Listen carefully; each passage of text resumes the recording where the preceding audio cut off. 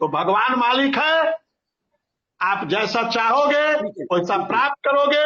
आप चाहोगे सम्मान मिलना चाहिए तो सम्मान मिलेगा, लेकिन बिना संघर्ष किए सम्मान नहीं मिलता है। तो संघर्ष तो आपको करना पड़ेगा, और एक ऐसी सरकार से आप संघर्ष कर रहे हो जो जिस प्रकार से जिनका मूल एजेंडा है शोषण और अत्याचार, तो आप समझ सकते हो कि उनके खिलाफ आप बताइए वो कैसा समय रहा होगा। हम लोगों ने गांधी जी को तो नहीं देखा, भगत सिंह को तो नहीं देखा, चंद्रशेखर आजाद को तो नहीं देखा। बताइए, ना मोबाइल था, और मोबाइल नहीं था तो व्हाट्सएप भी नहीं रहा होगा।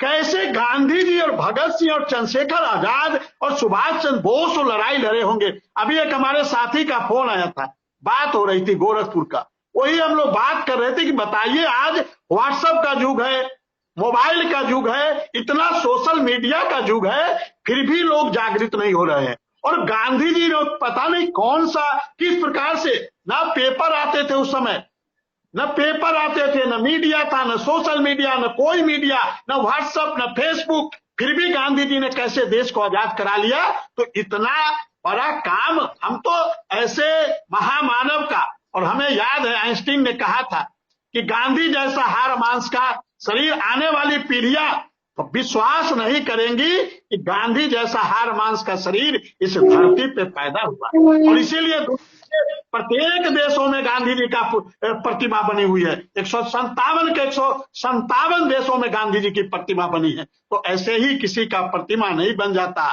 तो उसके लिए उनको आदर्श बनाकर आइए, एक लड़ाई लड़े। नमस्कार साथियों, स्वागत है आप सभी का आज की इस नई वीडियो में। ये वीडियो आप सभी शिक्षा मित्र साथियों के लिए काफ़ी ज़्यादा महत्वपूर्ण होने वाली है। साथियों, इस वीडियो के माध्यम से आप सभी के बीच में हाल ही के अंदर की कुछ खबरें साझा करेंगे जो कि आपके समायोजन की पॉइंट ऑफ व्यू से बेहद ही महत्वपूर्ण है। सभी साथी वीडियो को पूरा देखें। चैनल को अभी तक आपने सब्सक्राइब नहीं किया है, सब्सक्राइब भी कर लें। अब चलते हैं अपडेट पर। और हमको तो अब पूर्वांचल के गांधी मिल गए हैं, मल साहब के रूप में गांधी मिल गए हैं। हम उन गांधी को तो नहीं देख पाए, लेकिन इन गांधी को देखने का सौभाग्य हमको मिला।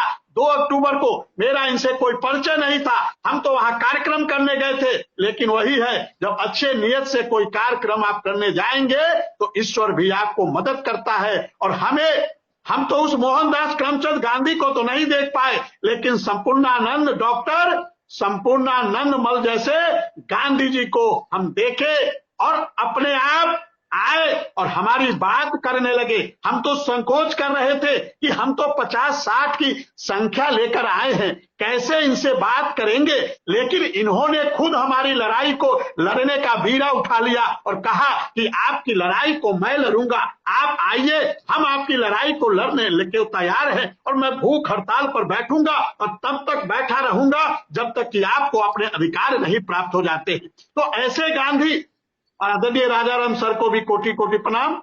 आपका भी बहुत सहयोग मिला और लगातार मिल रहा है। तो जब आप चारों लोगों का इस प्रकार से सहयोग मिल रहा है, तो हम अनुदेशक साथियों से भी कहना चाहेंगे कि आपकी लड़ाई लड़ने के लिए अगला व्यक्ति तैयार है। जिसका कोई फायदा नहीं होना है वो व्यक्ति तैयार है, और जिसका फायदा होना है वो घर में बैठा हुआ है, मोबाइल टिपर टपर कर रहा है, मोबाइल पे ज्ञान बांट रहा है। और जहां बांटना है मोबाइल पे हमारे अनुदेशक साथी सरकार को बदल देते हैं, सरकार गिरा देते हैं, सरकार बना देते हैं। अरे जमीन पे आओ, धरातल पे आओ, संघर्ष करो। जो संघर्ष करता है इतिहास उसको याद रखता है, घर में बैठने वालों को इतिहास याद नहीं रखता है। इसलिए आइए, संघर्ष करिए, और वास्तव में संघर्ष का फल मीठा होगा, ऐसा हमें पूरा भरोसा है सर। जी सर। हमारे साथ आदरणीय डॉक्टर संपूर्णानंद मंडल जी आ चुके हैं, हम उनका भी स्वागत करते हैं। हमारे डॉक्टर राजाराम त्रिपाठी जी, हम उनका भी स्वागत करते हैं और अभिनंदन करते हैं। पहला मल साहब, अब इनका जो क्रमिक अनशन है वो लगभग 2 दर्जन जिलों तक पहुंच रहा है, और शिक्षा मित्र लगातार अपने लिए पूरे मनोयोग से लगा हुआ है कि कुछ अच्छा हो जाए। आप देख रहे हैं कि ये वही चीज है जैसे पपीहे को चिंता रहती है कि बारिश कब आएगी, तो ये वो पपीहे हैं जिन्हें चिंता है कि हमारा खाते में वो मानदेय कब आएगा, जिससे हमारे परिवार के में पानी रूपी वो बूंदें आए और हमारे बच्चों के गले के नीचे पानी उतर जाए। आए दिन इनके बच्चे इनसे सवाल करते हैं, हमें खिलौना दिला दो, इनकी किसी की हिम्मत और औकात नहीं है कि वो खिलौना दिला सके। आए दिन इनके बूढ़े माँ बाप कहते हैं कि मुझे दवा दिला दो, इन पे पैसे नहीं है। बाकी तो घटनाएं अलग रह गई सब। मैं आए दिन कोई मुझे फोन करता है कि मेरी भतीजी के पाँव में चप्पल नहीं है, मेरे घर आज कड़ुआ तेल नहीं है, मैं पिछले 4 दिन से सब्जी ऐसे ही खा रहा हूँ। आए दिन मेरे पास मैसेज आता है, सर पिछले 4 दिन से बच्चे चीख रहे हैं सब्जी के लिए, पड़ोस से आज 4 आलू लाए थे, उनमें भी 2 सड़े निकल गए।